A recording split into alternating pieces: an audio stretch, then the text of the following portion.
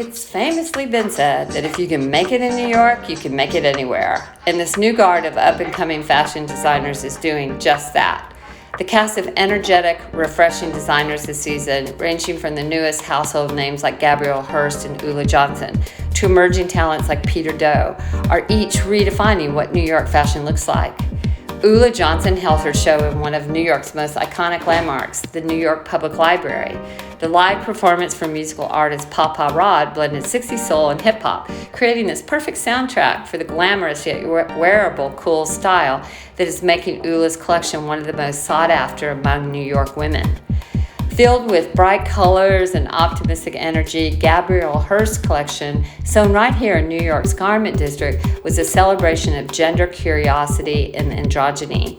In typical Gabby fashion, she went the extra mile to engage a Stanford art history professor to design courses for her and her team on gender politics. It was fitting then that Gabby took a less feminine approach and decided to showcase more masculine menswear pieces. True to her roots, the pulsing soundtrack was created by a team of Uruguayan musicians and producers.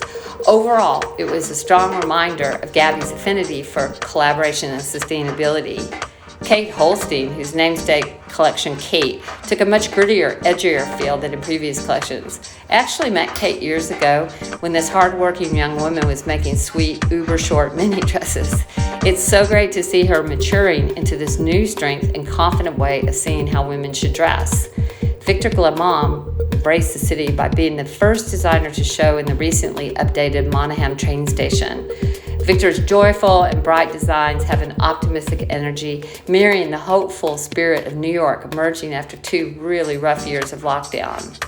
Then there's LaQuan Smith, who began his show with a moment of silence for the late fashion icon Andre Leon Talley, a legend in the New York fashion scene and beyond.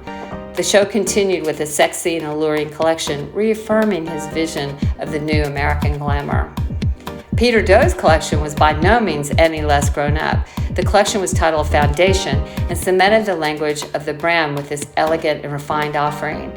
Do has always been outspoken about the brand being not just about him as the designer, but more of the culmination of the diverse group of talents who make up his company. From designers to pattern makers to sewers to stylists, and I'm not sure what could encapsulate the New York spirit more than that.